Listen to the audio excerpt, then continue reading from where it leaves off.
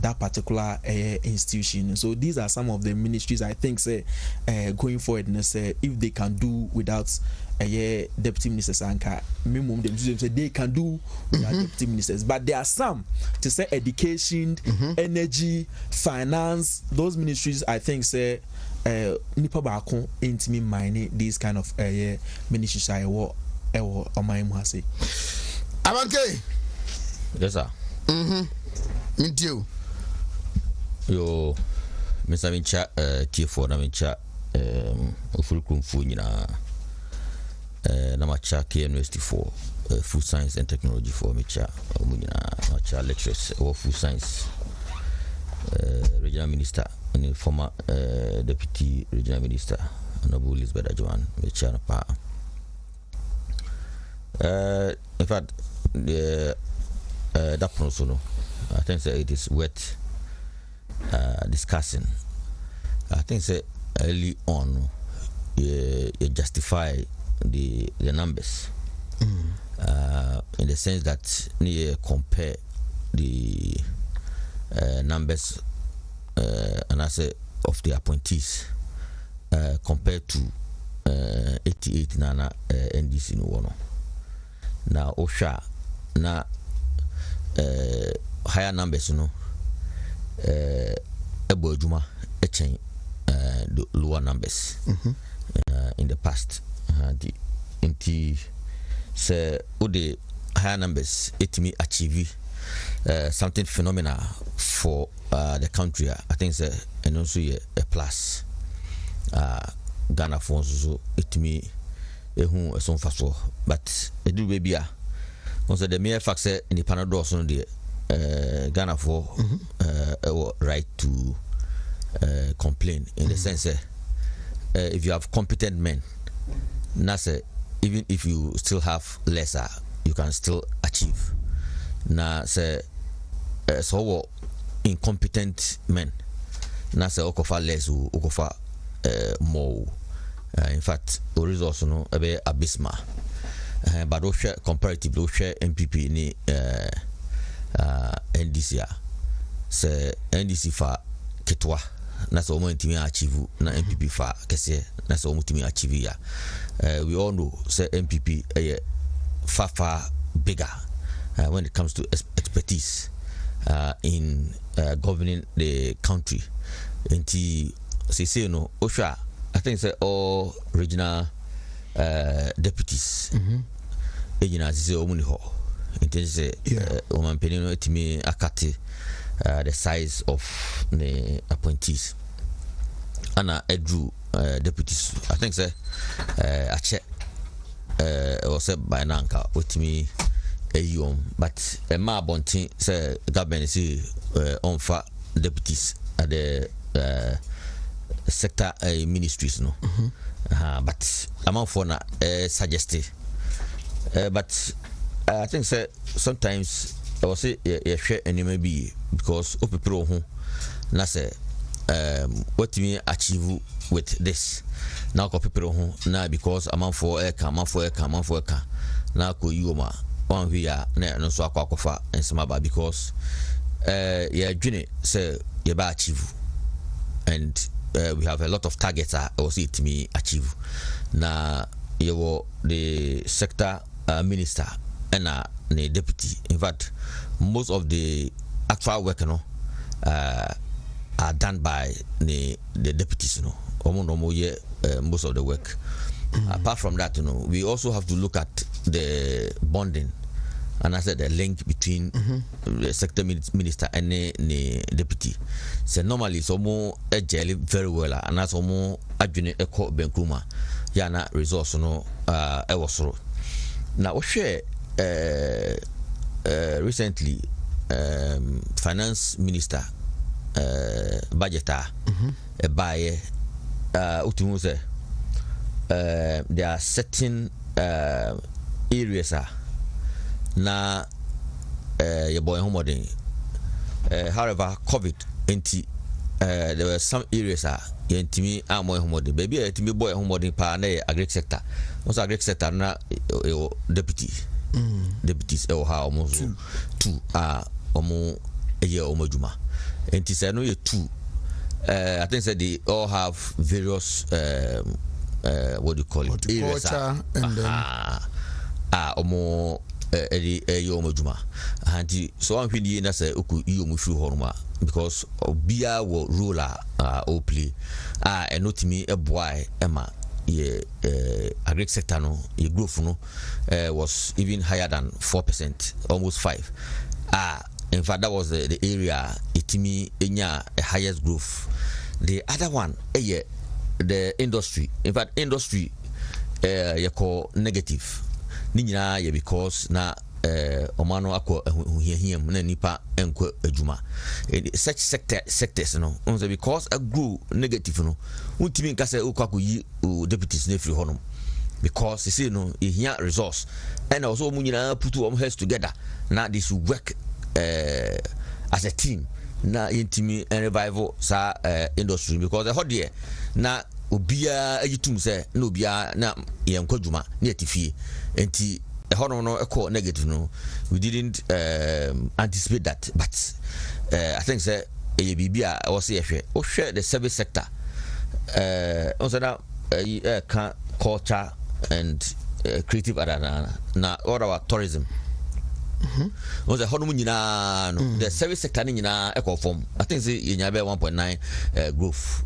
whilst in 2019 very high into sectors are say no omu nyina enya omu growth akofo de I think say hono de o say yetimi ehwe na yema omu etena hono na yema omu target na omu timi achieve those targets no emwan o hwe the energy sector say cry a lot of challenges say light no etimi ekofo in fact grid ko ni ECG ababe explaining actually the entire and some no but still I'm for kasa ho pa because we share some of the stations like you do yeah also motor gas also mo eto and I say diesel omo to out say huge na mwa ema enkanko enkwanemu nti say if we can have such deputies na ombetimi ayomo adumayi na and when we are and 10 times so yet meji sa problems na the honor I think say a bit to me abwaye ama yakọ enim o hwe education na napo na minister na the deputy no ye Dr. Duchum o hwe senior omusimi ebo omhomode I think say this year crowd here o hwe placement no asem bebre ama ho o ti ase ni nyina napo ne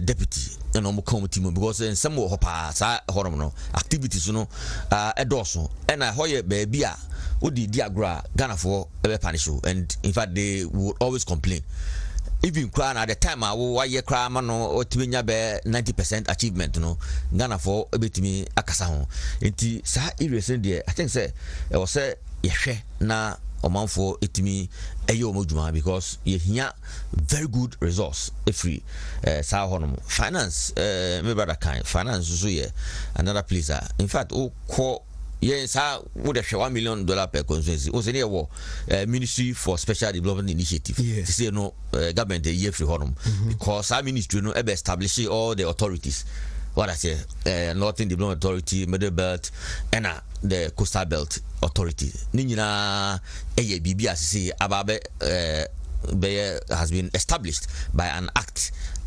sisi obi etimi edina adwuma it is a ministry no every honoma I think say no so reduce the numbers so that say enti honoma say we share the finance ministry say free bibi government system omo deputies no e say sike bia it was payment be also bia it was pass it through the given system.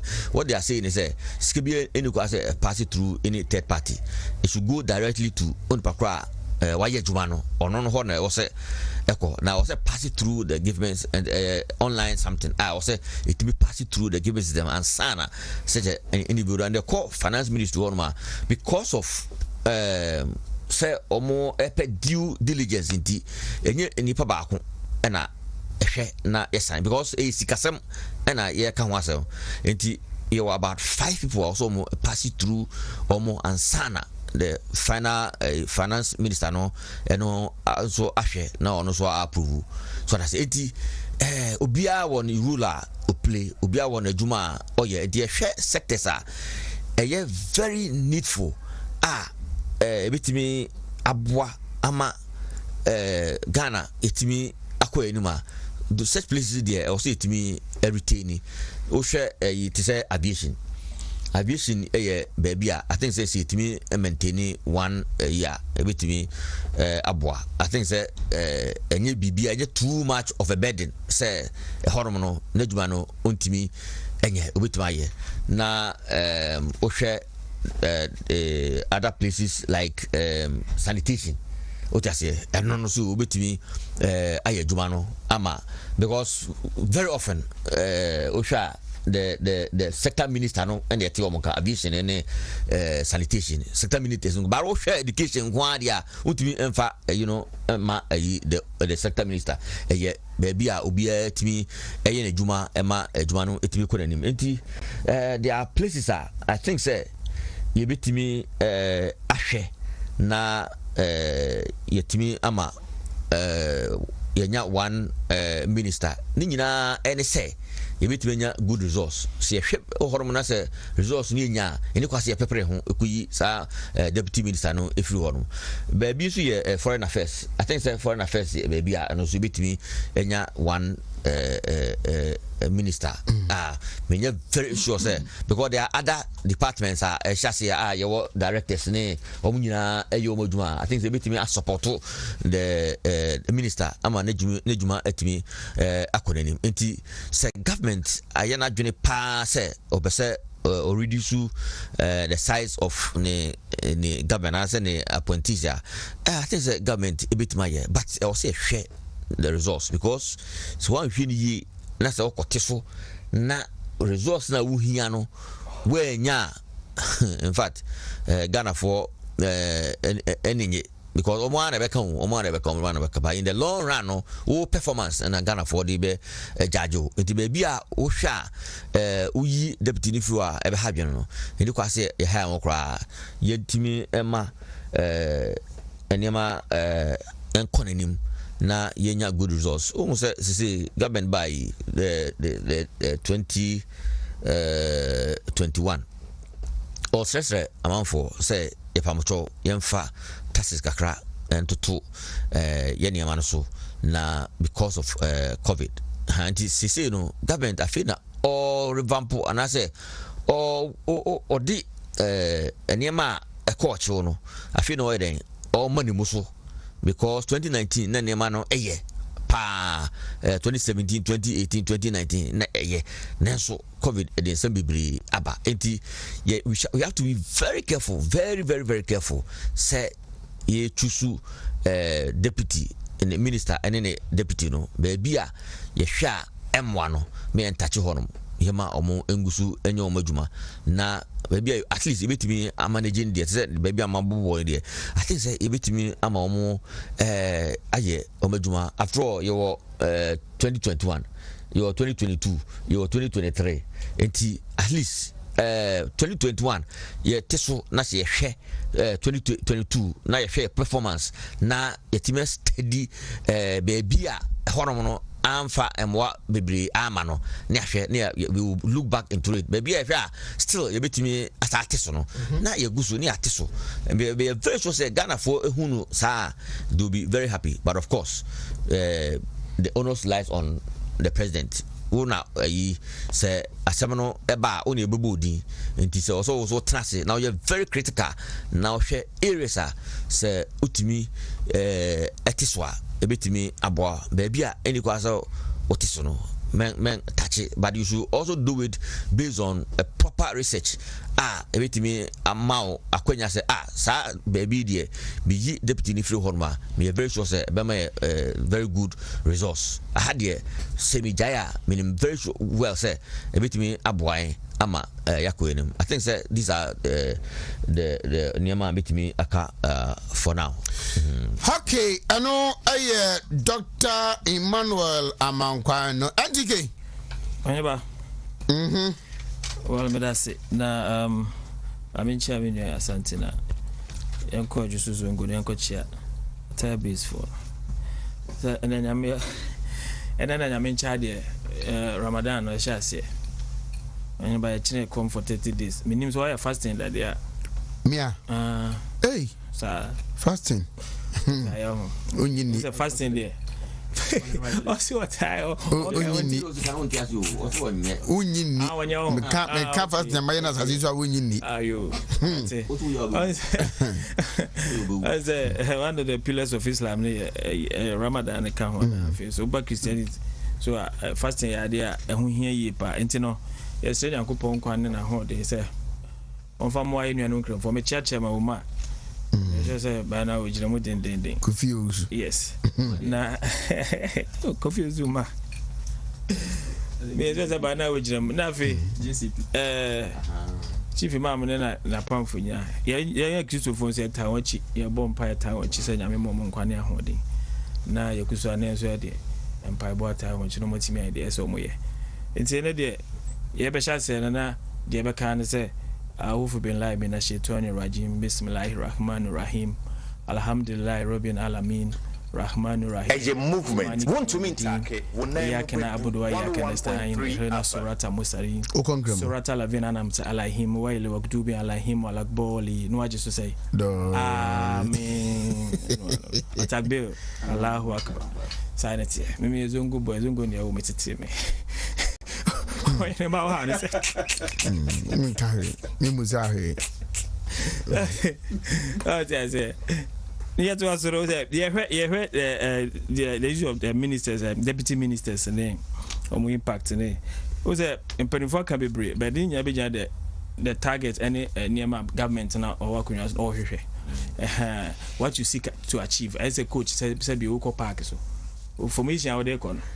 Results are open and information abe na de na de akudina park so no hwese obenya the results na hwehwe na ya me cha de ye ba mu no se na said the manpanina kan na nyama bebre na akwachi internet say appoint a certain number of ministers e betimi dey achieve a certain goals and coming to the second term no you said there be ministries be hu hia internet say yi free ho ampa so manpanya yi bebre free ho no to the extent that say our year deputy ministers in for the 16 regions.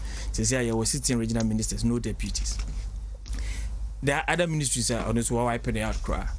But near here him say deputy ministers for the regions and the other sectors now or more ministers in the be appointed deputies. So the Penifoka and a be more you can't do without them. Maybe it's finance.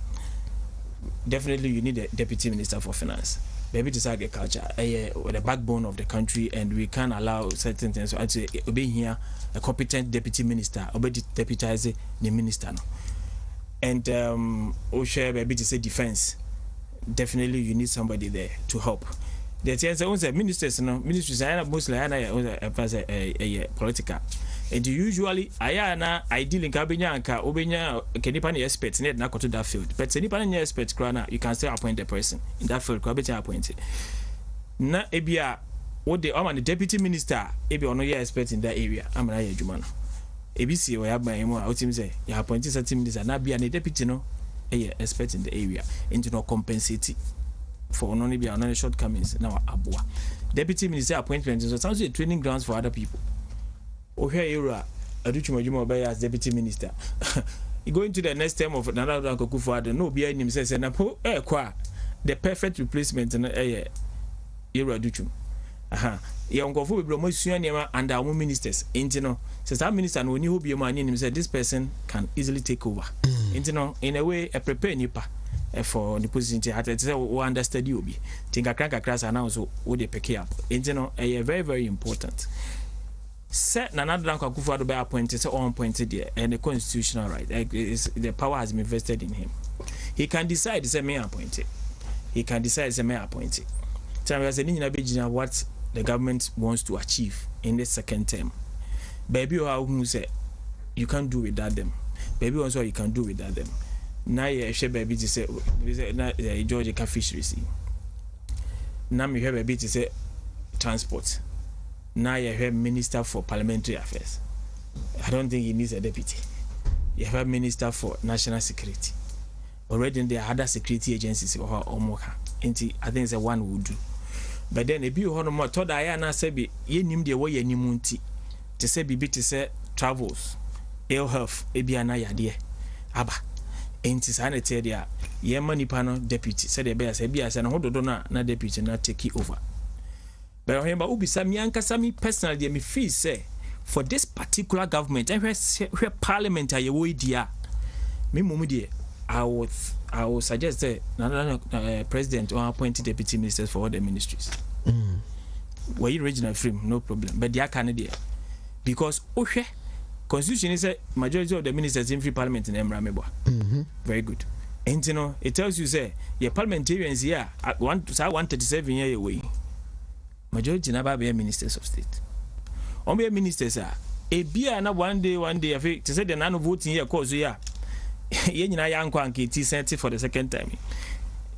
Say minister ni ho na adwuma say bibi cause of parliament na hwe adwen a ye no man dizi for fast si apa omode whip back aba beka omo whip no ho. Say don't get here at parliament no, he is there to perform the functions of a whip. So what I say on the parliamentary service board. Of course. Why? Senior, how? Yeah. Are strategic? Why and how? Oh, yeah. Senior. Say by four years was just abon samu. The tiani say enya dia e say don't get here ba ho for say wo ba ho keke.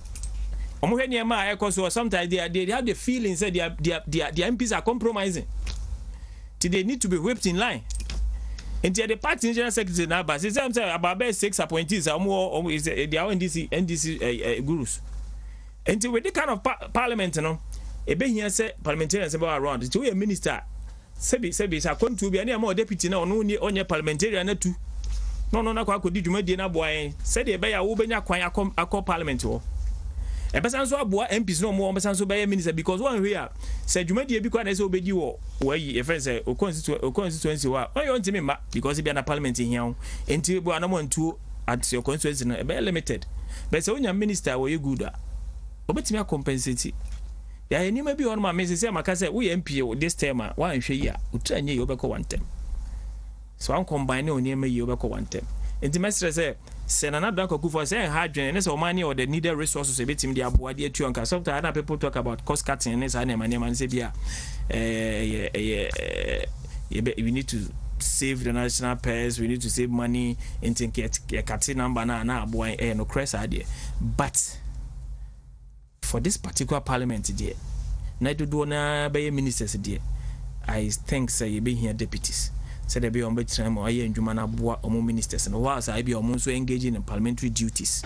Said they be ya aban no hyehyɛ ne aban ne ma opese o push through no betimi go through. Say ya say ya hwe ya. Da ko ye de bibi akoto ye be ba na afi ye say minority group no mo na abo ade na to ogu nempo so na ya ade anke betimi abo aye nyina. And we need all of them. Say we are cry over parliament street. We are cry na no ba ko ye ko ye say na NDC the form you know say no mo yare nti mo ntimi ama. We are a crowd no about to aba because we need you. The advice I'll give to government say for this particular parliament there, or making sure say we deputy ministers. Oh yes, for this particular parliament. Because we are number 9 appointed to say and I say if 70% of the ministers are coming from parliament as per the constitution, not just say be here. Sanka ideally obi baka say can we here because say bia nkomo yo modwuma say they are there, they are functioning. But a time will come maka we are just 4 months or so down the line into our second term. A time will come we will need them. Now we need minister, we need deputy. Next year come to be no tour. Next year beko parliament next year nko for num pekra ma parliament next year we need to pass a certain bill onim de bezio. Yawe asema to na say deputies no say so that maybe Omuno be take the responsibility of their substantive ministers. Yes, travels going to maybe doing those functions. Say there be a minister and benya daja better parliament. The chief directors no. Senior chief director so no share that political head is our politician. So it's assume say but to the position and you know the government the policy in the direction of episode untina say nka beka say government the policy be to achieve that sen ko adwuma no I did omutimi omunim enim so omune technocrats omutia adwuma no right but then they didn't appoint a political head. So the government the policies and the programs on opposite day and you be obi supervise and wahwe no hu say they said they are buying the pen and paper and the econo. So because the chief director they say name the political affiliation. It would tell you in essence sabotaging the amount of police and said the opposite rule. George, I think that my person can say I don't think say ministers ningina ebehia deputy ministers in the sense that ofo biti say ebia minister for parliamentary affairs on Jumano parliament or not.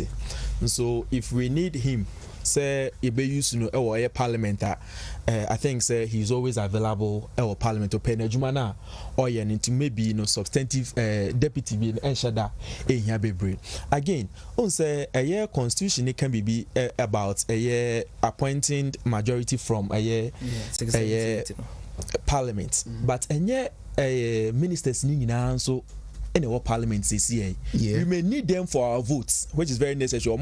Form free parliament, but not a ministers ningina so I form in a free parliament. They said the honorable Bako to say minister for national security. Ira Kandapa, I think say he's not in parliament now, and I think say the ministry say when a deputy minister because in a situation where you hear votes in parliament, he's not part of it. And he say deputy minister mana. I don't think say.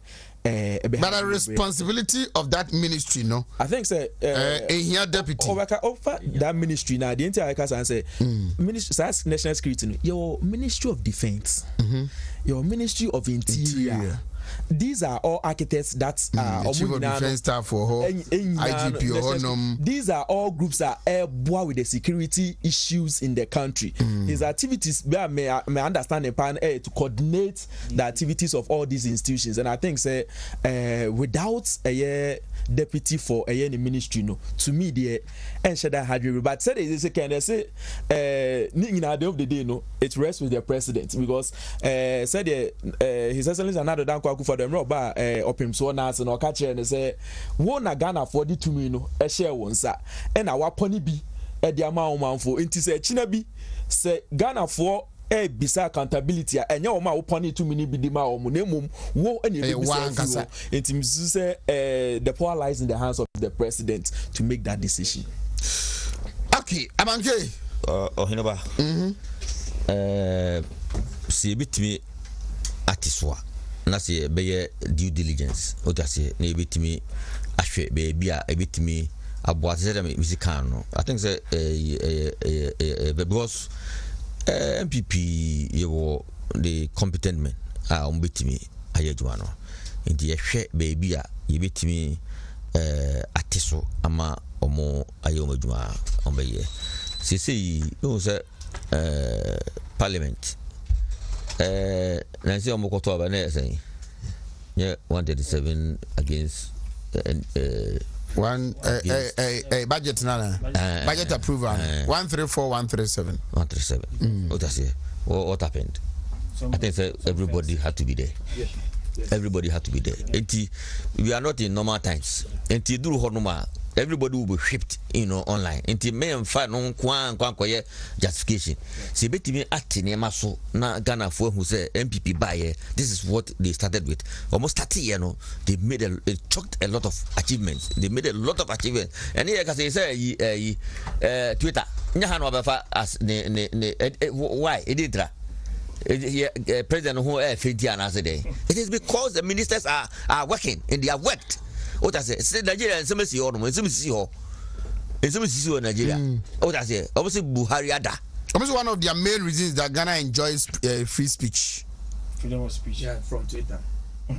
Oh, and it's no nyina model boy policies idea go akwemu any senior smith interrelate in this country your mama swa na ide na eje boko what I say intermediate me feel say baby wo hono ma ye betimi eyefu na yate enema so na betimi achieve the same goal or even more. I think say no betimi aboa na ya set standard bi ato honum obi aba otumi emesisa no what I say so ko sisa no pe ye be ka so untimi nye aduma no what I say it I think say betimi a bi no hono but say the na mo ka no so na o ka national security na o ka defense na o ka interior such areas you are very delicate and you very very delicate and the hormone the media can make feel say we shouldn't touch it and you very delicate still hunu sa no and very delicate in the hormone say betimi e jano na ma timi ayo majuma and come there Mrs. Enkosu but of course president no di mama na me homre na me ba yemra meto aso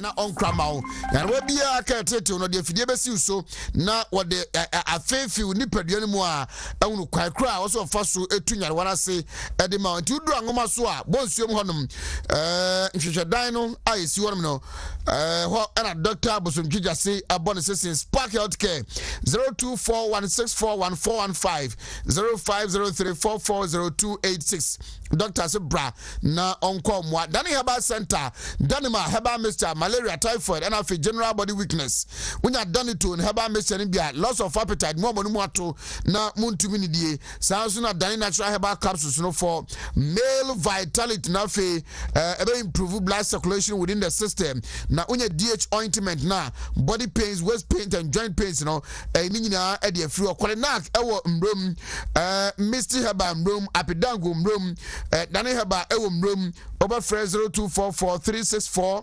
0244364651 afi 0209677973 NTK mamensha sie enfamfri honum na yemedi nkoba ndisi foya o mo sha sie se niema koso ministers ya approve bi wo no mu nsem fata ntino mu bom nsem emma okujeto ablakwa se wa resign area free committee so appointment committee so no ane the general secretary council mukwa no omu nhye da nim nsem property original so resign na nkombehia no our committee so especially the nomination of deputy ministers ebebe na fe party no the party na soma omu so mu nkonkoye mrase bedwafie ho no omatumi akwakoye emarafi says you didn't get here na beka yes oh finance minister de omu approve bi ko omunim se na dwuma wo koye no o de Ghana beko na chi pa na eno na gina so ma Ghana for ato aba e de amomu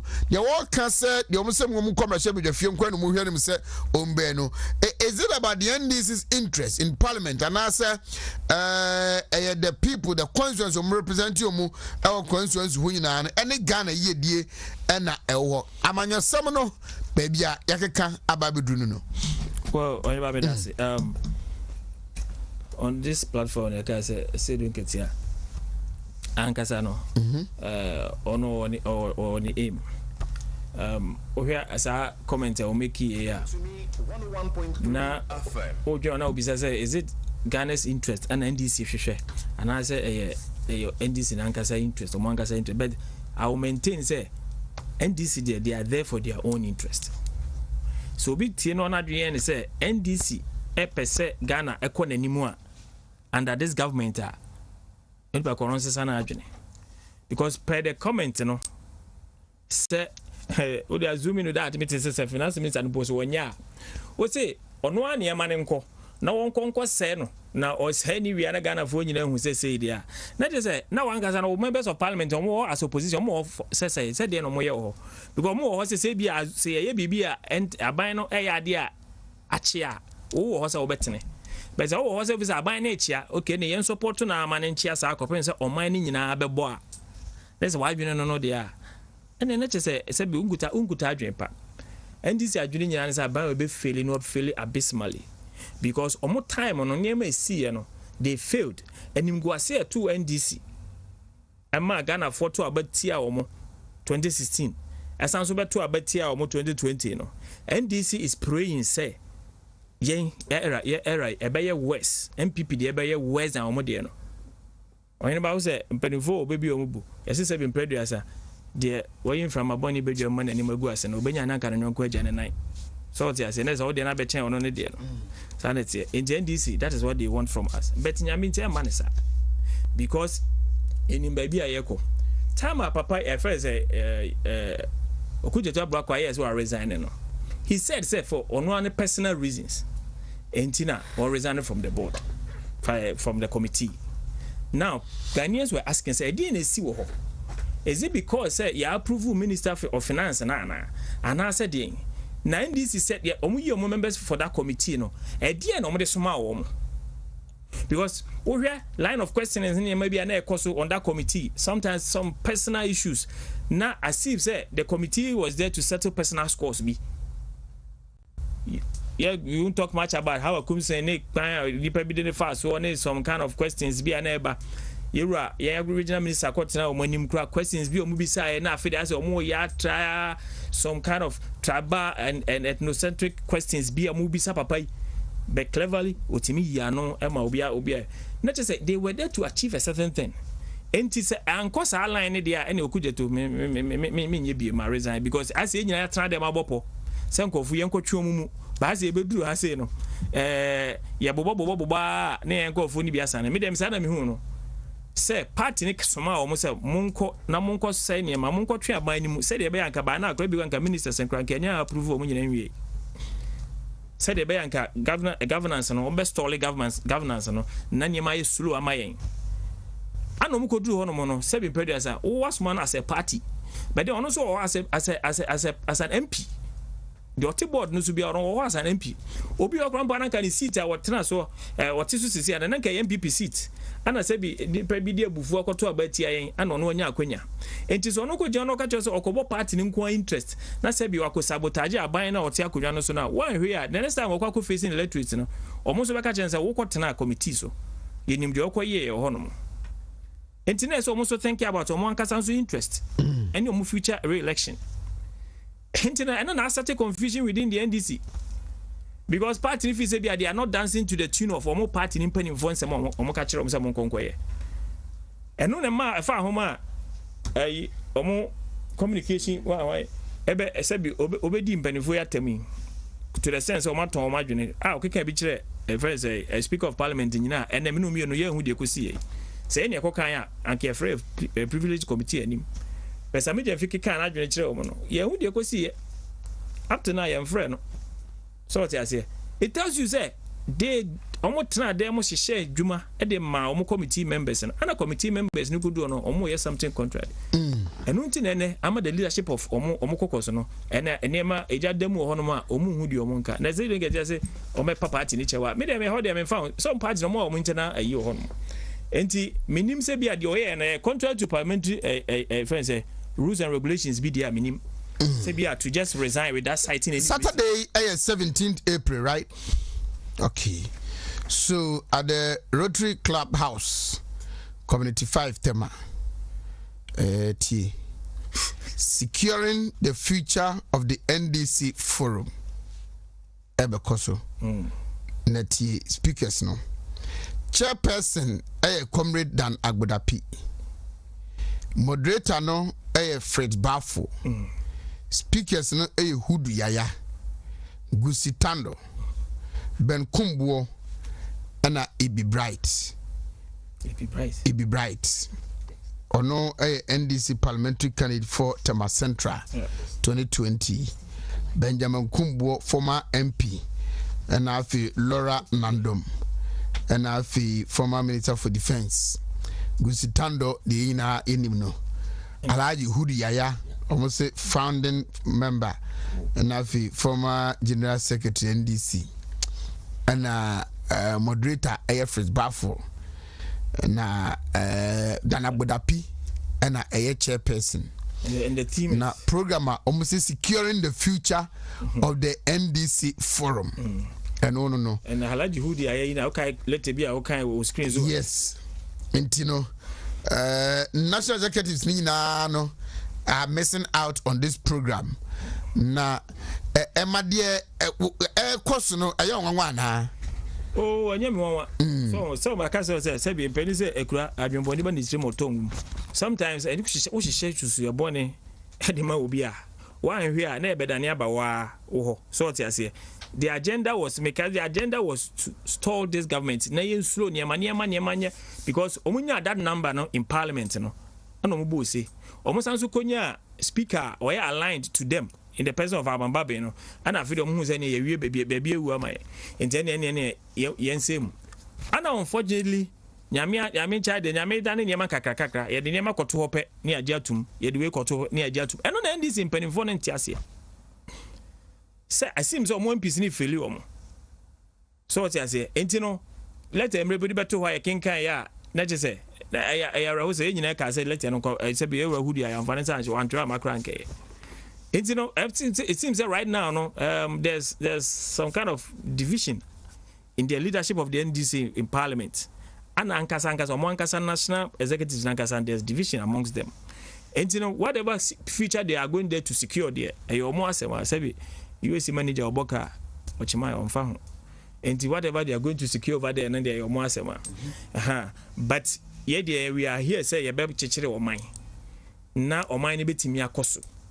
Enti MPP aban na say stay focused because we be about to say now so sensuous you there because e be any free so na about and this friends MPP as a control has we say can coach are ready who coach out the other side you ready obeko enti sanete enti no yan make sure say be hye ne mayi na ye tia bonde ye ho ye ti mama unity na ti aba entem na ye ma wantwi ni wakame bia ma omo de say omo ye omo ho no omo ye omo ho because the student gets here kika any the say omo fi so omo de okuje to gina mpanifo ni say punishment so twen bi o say wa me patch answer so twen bi o e party na structures no omo hwe so mfa ntwena so me de na make say the oye no is it against any parliamentary regulation and assessing because if you appoint to parliament you appoint to a committee na say one kasa say one resign na is due to one kasa personal reasons now you are not ready to tell anybody.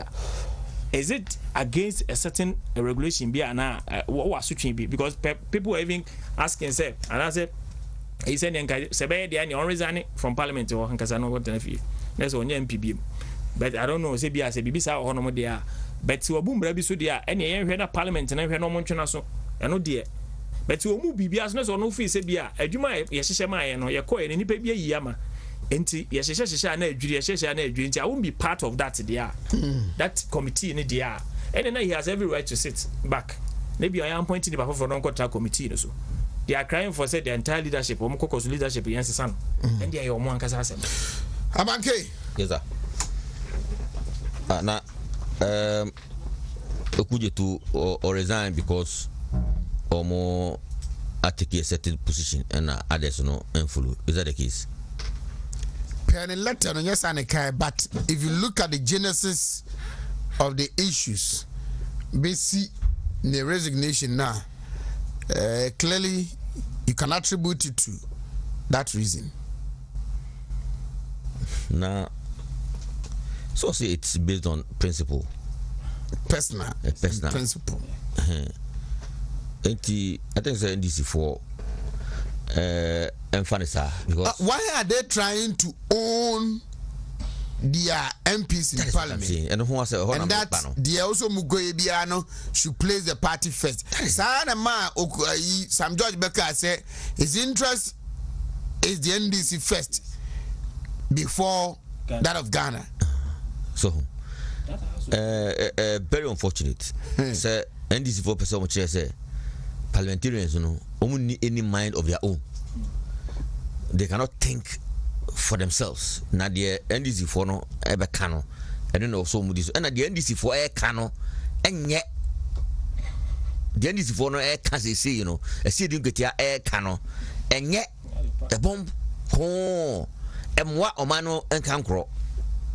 Do ye party na ope abemwa ba na ope so enema say na waba be ye di ya na wo pa chese ai tira wo mwa ne ne ma enye na Ghana fo hu se o ka ho ene ye ntie de wo ba obetimi aboa me I think say okujitu ne resignation no it's based on the fact that na NDC for be edi MPs natem NDC MPs natem no mo bo mu tiri so say o mo akwa akoje nkofo atum me I think say that is it enye bibia so ma trance say o mo kwakwo debi because MPP aba abemuda o 2008 MPP by 2000 up to 2008 and 2017 up to up to 2025 see you 2021 me who be da me who be da say NPP ewo opposition na empenifo akache so mo kwa mo ko no before mu ni adwene mo ankasa mu ni adwene de ka no eno na mo ko ye se emwa Ghana kura sa ana mo ko ye me minti bi da minti bi mpani se mo da it's only in NDC and about the mo say yes it's only in NDC and about sa ensem we it's o mo nwene o ma no ho NDC for minute or man because I see look at whole general secretary to make us say yeah pass no and that just say at that time dear tie the party in the can pass finance minister because so about the same meanwhile some pay almost more passing over the same man or no bought about 37 countries COVID period positive growth Ghana decide to pay me like I said all the Ghana echo IMF sign the pay on obey free IMF send the me like I say or you're incompetent or bad senior Debbie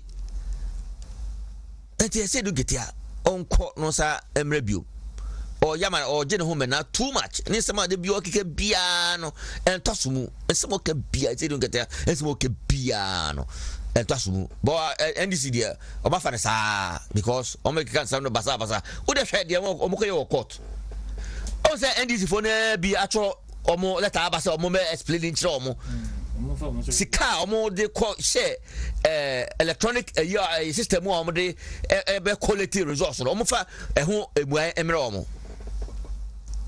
because oh yeah government and as oh yeah an opposition party na say adwene bone de bia odwene I am telling you obeko elections the results back kwa unya bi unya bi and it will continue and you continue to hand them what I say into mo bia de mo ni akosi ni pa akoso because of say odo na entimi mo omo there be Ghana for any entimi mo NDC for because adwene omo kuta no adwene bone NDC for adwene bone efa omano ho omo adwene bone ente okuje to afede ome pacho enjaman NDC leaders no so why then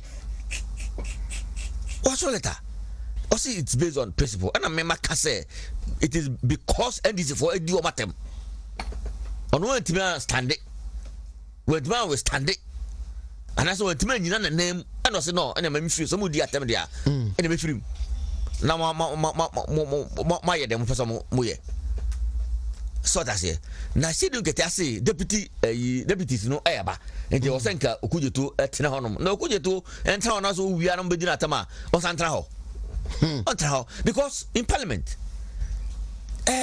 in fact previous government aba and your current government oman na ye chichere enti you see omonko enwene omano ho enti this is be take bia na also omano first also omano enkanko ona omodwene ho enti omohwe na se nipa we say wetimi abon ho moden ensem bi ho no ma o de ohwe finance minister ensem amofo kafa no ho a ne ma no kwan mo betena ase ne busa no questions mo assign o tumi say ensem bi ho no ma na e tro na etwa atono so o tumi be assign ni nyina e ma omo. But of course you may not be satisfied with everything and you can say o control exam score akonya 100%.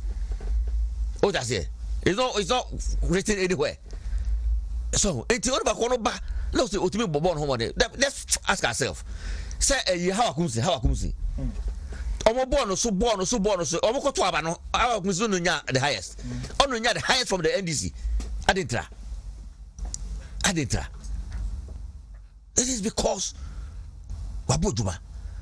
Ena emwa because you were governing power and you want the opposition MP omanum and to also be here development because of come man ho enti e was so nyina nkakran mako we boa ho na oman no eden enko nanim na ba bia development enko kakran everywhere so enti sometimes was a parliamentarians no if you say omo aduma omo ye no omo yiri na so omo leadership no and I omo hadwene say ya already o say omo say den omo so den you read omo securing the future of the NDC in the NDC future and omo secure omo nwene Ghana ho NDC future and omo so secure some for no so omo ne parliamentarians omo no be bakwana and omo no omo ye bako and omo so omo so dum visa party in direction e kono o ma magina ba bi ekeka kono ano aye den na so ye leader or the party na so keka nsem basa see ya e better na ekuo bi so ensore e better na ekuo bi so ensore say bomba ya accountable to us say elections are mo koye no mo ntimi anya results bi ya mo account ska mo die no mo account ska no enche. That is how it is.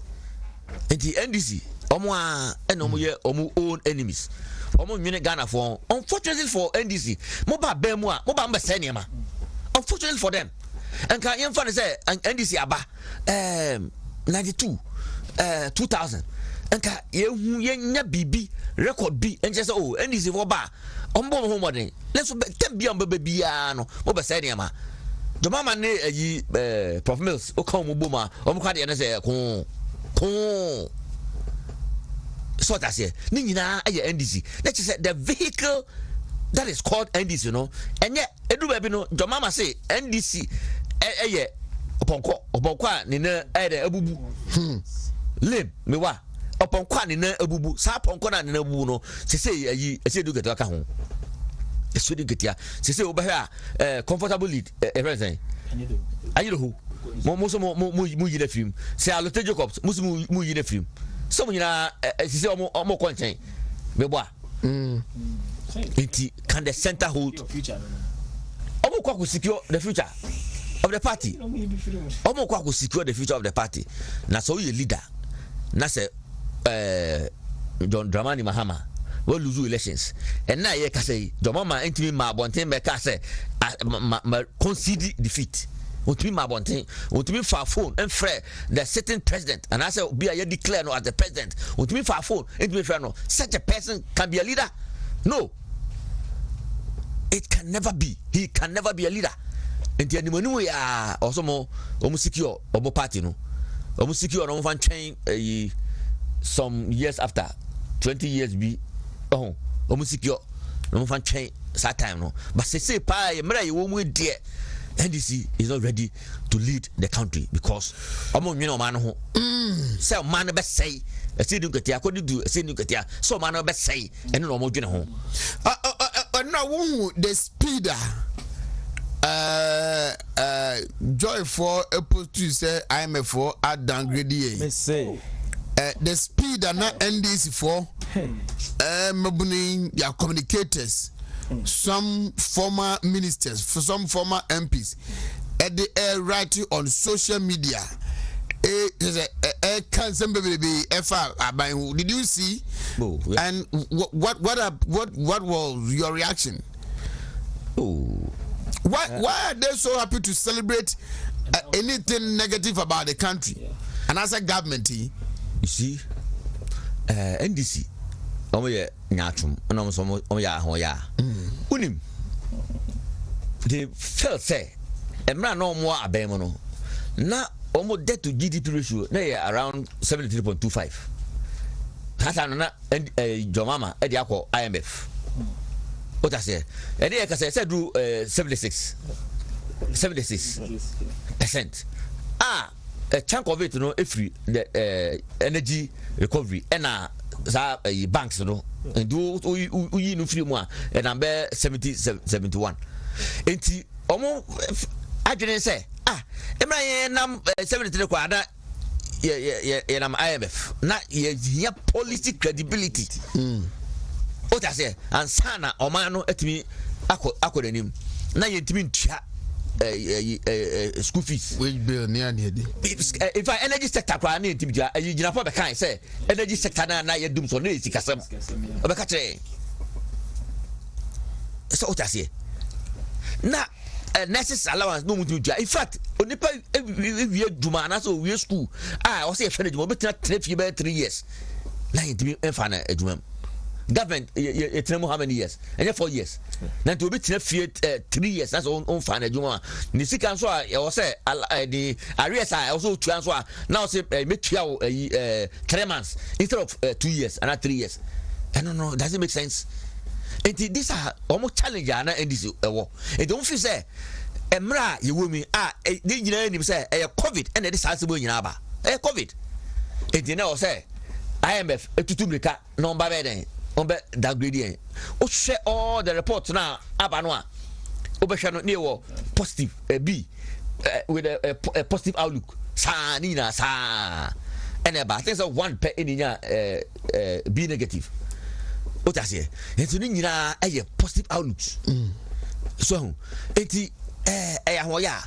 but it do not go anywhere because obufiso baby are doing the osanka bananka yanina me yako series but the even the debt accumulation rate move from 243% to 137, though government abobisian and so the rate no move from 243% to 137. It tells you say you have a government or this scanner or this scanner then a mapa menum. In fact, Ashanti region in Obasha and this no Omokoya and Ashanti region according to 2 years. Omokoya and according it was an baby of God, an act of God, and according to 2 years. It now became a burden on this government because now I'm for the government, it is so. This new government, MPP. Na don't go for to say, Debbie, me sa ye sika a form and chokwa, yen fabi. Your box site, yen less than 5%, yen fabi, and yet, Niama. You realize yen bauxite yen a refinery I bet my process it from the raw to the final stage because I know the disca about omenum to be a win ama aquino in fact it was at the tail end 2020 majority of the rules 2020 and government it mean this year so obesai be NDC who and at home so because now COVID by baby and still so in fact great set up right in a normal a free no more destroy no just like that because all the sectors are Greek in the Jana also a Greek at the end destroy no at the end this for penny for no a great set a grow Argentina or no Motivajano I'm ultimate FM finance minister when you positive growth in the midst of COVID, I don't know what Ajano Amwako. Naso Dubacon, why papa, Omo Encotino, so Dubacono, Ejuma, that's a papa, Omocotino. All right, George. Madame for only a can. Nadiana, Madame.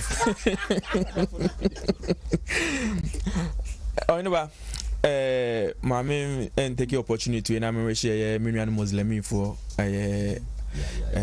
Ramadan Karam because so say we are here baby na omo call for prayers nti me take this opportunity and I'm share kram for Ghana hanging na nititri when the vice president of the republic Yera Dr. Mahmoud Bawumia me ankasa boss Yera Dr.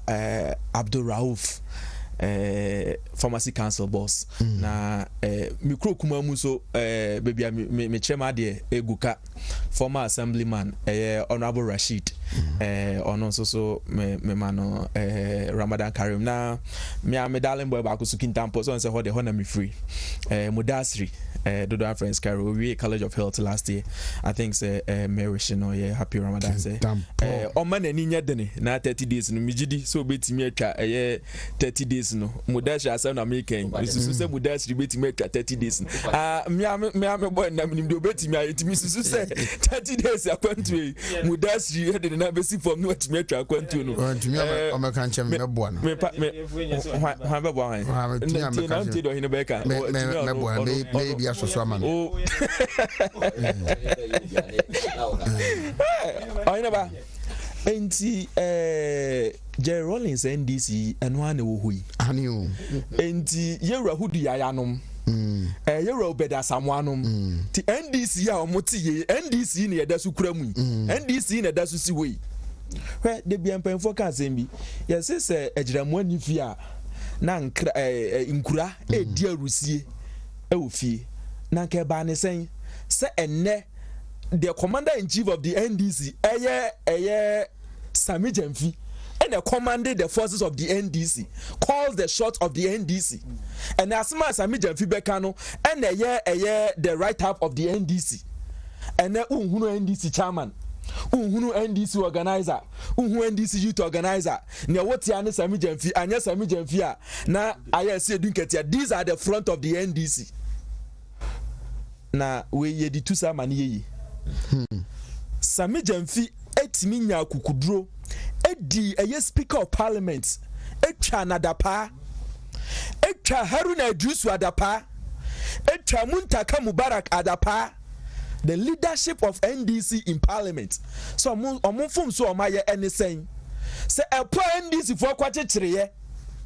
Say nka nipa bi mu nsem omaka dia form ho organ ha enya nokre.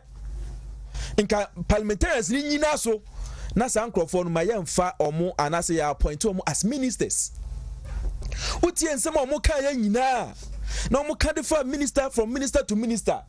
Share ofo bi ti say eye information minister. Kwadwo Opon Kroma. Kwadwo mfonso ani sen. Yes, yeah, ma Kwadwo Opon Kroma enkasa ma because they know very much well say Kwadwo Opon Kroma or command respect in the media front.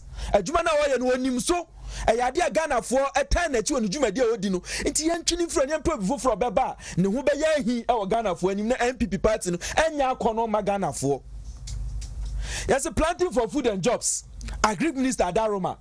Emra wiase nyina kwa hunyehia mu no kromienu South Korea and Ghana and na food sufficiency yankwa na etimi depend on nuane ane ye e wo Ghana say aduane e wo Ghana say ne depend enti yanya ne dansi yanyini firo aden ye so ya homa so na 2017 tema na obedi Agri Minister no na munim no just because modern ba you were growing at negative or the positive figures enti yanyini firo because ne modern mono eso ani Yes, how Kumsin, the brofo anya, 18 Nadia, so been to brofo, Chessa, or Nim India or Mam Ghana sentin, Yankini fencing chain. Now, so can this Namusamudia, Social Democrat, Moody will be Bia or man Mubiano, irrespective of Nadisia, the background baby or free piano, more money position, then and Nadia. Ye do be a question positioner, Mona Mocha criteria crying from Fanny Pacro. At the end of the day, most of your members of parliament, no, and ni mashadia sunintino, mobile reses leadership no should go away.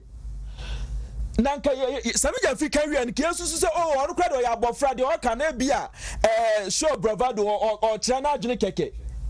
Nia a secretary of the NDC, Abeka to say, I am leadership now, young confirm me or more.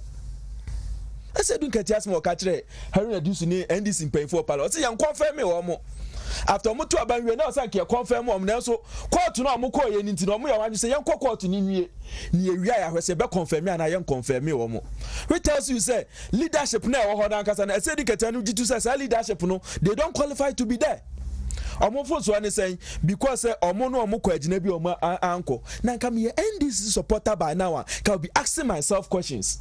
So when the D can share boy when you born so you are the people I'm catching them for say we've won the elections. John Dramani Mahama your press statement or Frank Crawford catch them say we're winning elections no with majority of seats in parliament. DJ Boyanyum Radia me say omu nyina gina mu bi say yemfa case ni kwa court cause ya chinchi won sa okoduru court ni bisa say figures how dey back court or say nya ntina back court.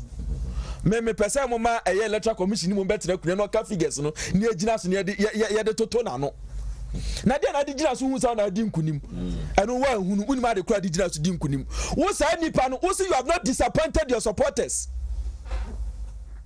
2016 elections no mo current chairman we na in charge of omo electoral commission work when tian declare figures NDC nya in 2016 Wabe chairman of some for bear chairman in 2020 when Timian declare a year vote amunya in 2020 and this leadership are still there. Now already another leadership say they've compromised their position because so were you truthful to your supporters? Mumu did not credit chairman supporters and the crown when your first one ya did you to me the free by full from Samana and yawa so who do you sorry be say no, and this party is a call run direction. Okay, say Jerry is casting we. Was it a party no be the question ditch mu? And ye young crown mu beti see no so. A dinner tama man from babies with sharp teeth. No munim say dear papa ne kano na bia wo di won abro. Na so say Nigerian proverb or say the penalty form obehu no. Akura na the Taurus Iroko tree so kura na akura ni ehunu. And enya mo say today who Kaniano, who the Yayanom are bringing back life into the NDC party. Omo afraid their supporters and they said they should change the direction of the party. Yes, idea and the party never work on Muslim. We are not afraid of this. Yet they say we are breaking the 8. That is a philosophy of the MPP going into 2024 elections. Yet the Empire Band said they should change the leadership. No, almost say no. Because cadres for accountable leadership, Carl. Omuso my party no leadership no 2 weeks. Send omuso mubusa coalition figures for election 2020 no. 2 weeks no eso last week Thursday Oman farmer Amano omukoye demonstration of party no office and say they will replicate the demonstration across all the 16 regions. Say party here new face. Party here new face. Oheba yen kanokre. Say ohe thamana a resource in a troop in now ohe a coalition center for the MPP now ohe coalition center for the NDC nyamenu no kreni baby ebo TV game ukrano omo mfidie chen the NDC for use baby ye bo TV game nkran kwatena bo TV game ukrano na emu ewe animonyam chen the NDC for the collective resource tell it they don't add up to anything. TV ya doom bear for mienu penesi omanim and a projection here from the very anopana trick to running in if you take the offer on pictures and on videos from the buyer percentage was never changed o man sesano 10 bia no more than 51 point something MPP at the actually that was the only projection na omdam no more catch and crop say they've collected their figures. And bring your figures. A letter came out from the NDC telling their various constituencies said they should come and bring more resources or constituencies and famra. Niti true any teachments out there now. No more pray who our court to say omuna rainy no. I feel no matter they come almost say resource omunya and they should bring them their tally sheets. And even when they were in court, they didn't even know votes or munya in the various constituencies. Hey, or 2 weeks, even if they give them 3 years, or munya. So, Mum fear me and Sakrana, and that is not 2016 there, when now 5 years down the lane. Now 2020 there, now know what the 2 weeks when the amount. And yeah, there's almost a becker. The only answer, Omon for Montuma, and Kobo a young paying for Nidiano, who do I am Diano, but the Miss Stretchy, and yeah, you were free me. Say Emranto Mudiani me sure say enche omunkrata abeba so omunchiomu because they are not towing the line of a particular person into omunyo move and free. But Ghanaians are looking up to what the NDC are doing. The NDC for ye say enti nipa we no musu say yamfa Ghana ere nkonko show mumu ana Sankofo de bi omo de challenges beto omo ne yemfa oman ne kwhye omo sa na nkofo omo de Ghana call reverse gears no omo ne yemfa oman ne kwhye omo sa biem ana people who do not have leadership as we talk Sankofo ne yemfa kwhye omo sa na if you have somebody like Sami Demfi just about 3 weeks to elections no timbe catch us ra for Ghana have for say we know some of you people and where you belong na say ye ba and such a guy threatening the security of the country and onye panyini bia wo fie amana ama metia abofrey na ene waka sama wodi mpanyifo including NDC mpanyifo at that parliament no yentimi anya obi a NDC mu amana am call this boy to order. And you think that Ghanaians are not watching and Ghana for ready also within the NDC party. Yeah, dear, because you soon brebre and Kaso fire call on one on partia, omopa, no fafa, and church and more moyonko. The Hiana say, ye perceive the Ghana, if you are dumu, a quadumu. Nasa 8 years, na debia didn't feel what you be CSA, no, didn't feel what you be Draguno, Ghana for Benya Kukudro, Ebenya, a GDO, the new patriotic party, not in 2024, no, on Babomia breaking that front of 8, no, near the 12 years, name say Ghana will never be the same, see across society. Thank you very much. Amanke, Yanko. Unim say the NDC for Kayano. Ushe lista IMF the beto montia. Omu can say advanced economies. And emerging markets and middle income economies. And Sanamba also low income developing countries. But Ghana is a developing country. In the Abana Sen NDC for be a control and a G7 countries near the G20 and no more can was senior my men so kakra bi where offer a era sector or say the former minister for finance Sektepe says the classification is done by the World Bank and not IMF. Therefore, the media got its reports wrong. We have not been downgraded. If you use the criteria which is per capita income, which is calculated by the World Bank. So it tells you say the media need to about say IMF are downgraded and your munko and a downgrade you be. It is done by World Bank.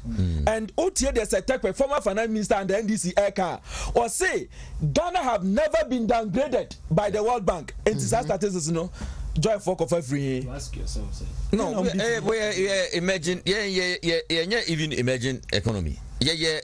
Low income developing. Only developing countries as a account. So what I say. And on Bobo, the share advanced economies now. Germany, Cyprus, Australia, Greece, Ireland, Iceland, Malta, Israel, Ireland. And all emerging economies, you know. Algeria, Aruba, Argentina, Albania, Bosnia, Herzegovina, Bobo, di Asana, developing countries, you know. Obiadu how downgrade. You see, and some American, I'm saying this for there. Omunyaya, Nanka, this government has totally failed this country. But, Mr. Enyajuma, Unim, the ABC say, Obekaya, $1 million per constituency. Projects this government let me ask around this country, you know. I feel never so about and there's so in this one day. There's so much day. Yeah, can say government if it is here. Also na by contractors no na omunye to say ofiti asia otua. Na say kodi ni mu a boss omunya hoden ensanje eduma no foforo ento aso. Eno na bo modam. Say because acquire community development, community, be enkrasia and kamono government big projects. Omunya bi no say obia enya ne so e be call kakra and kakra based on more and needs and ema omuhia Ashanti region kwa about 800 projects. CU honorable Jordan kwa and dano be see middle bet on kwa ene no me catch Ashanti region kwa east in my bono mi me see about 800 and askata ninjina na say kase kwa na almost 100 kwa very completed omo commission utase ebi nso above 80%.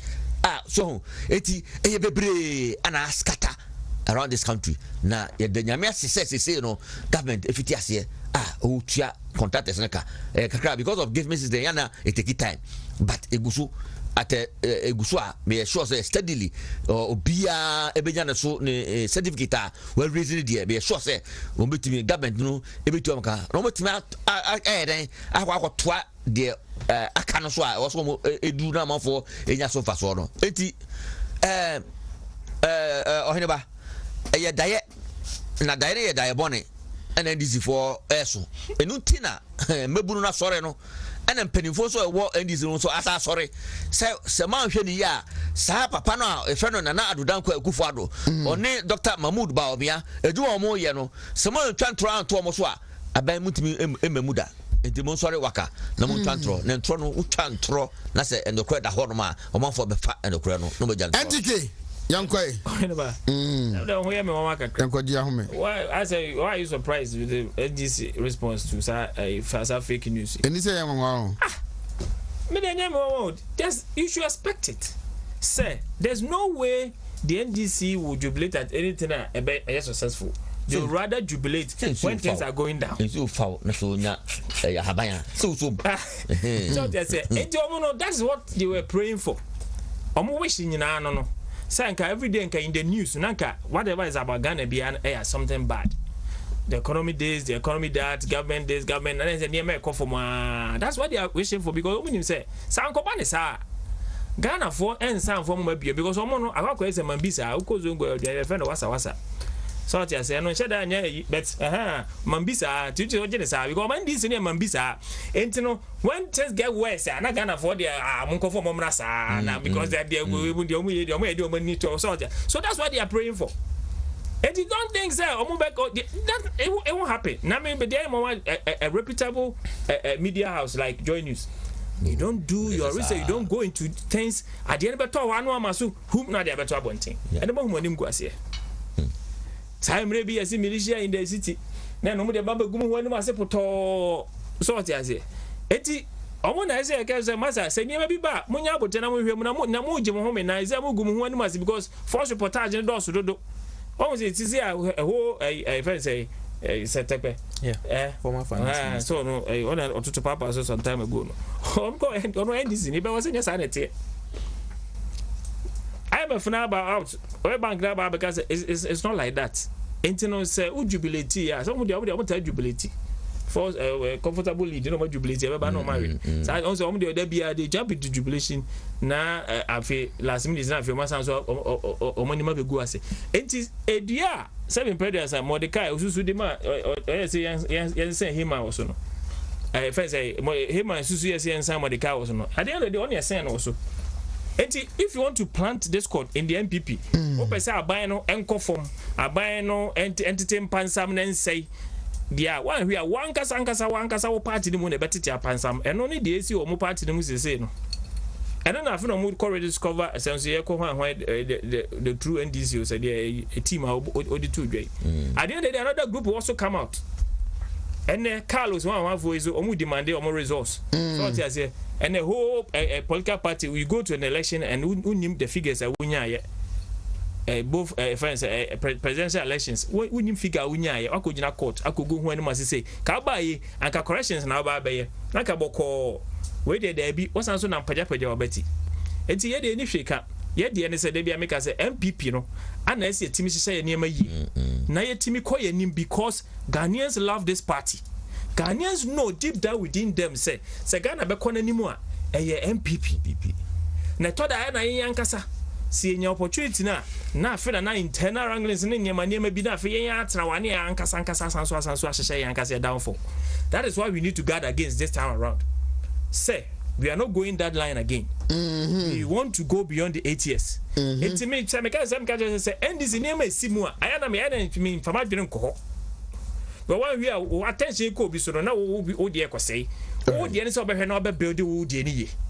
And no be structures at party in Pedifo de Guacoema, and then Omunamua, Omoji, Yadrin, as to the reasons why ABI results be a near Spetty and Sanka, and what we can do going forward to break the 8. And I say, Yadia Dreco, Charge foundation, that could break the 8. Young Quay.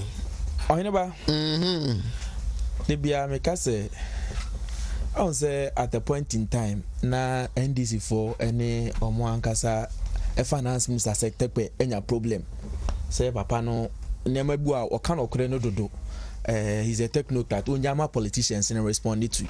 I think say sometimes no kreno untimi and fancy in the sense that telling the outside world say Ghana have been downgraded. In fact, so benya e was so as a Ghanaian anything. Say media house say opese oma say impo no kra na ansema emfata oman no u project e no mfa so obenya e wo so anything. And I'm not surprised say at the end of the day obehwe Felix Kwachi Ofosu any the big ways in the NDC party were all posting no you know be a posting on social media say Ghana have been degraded.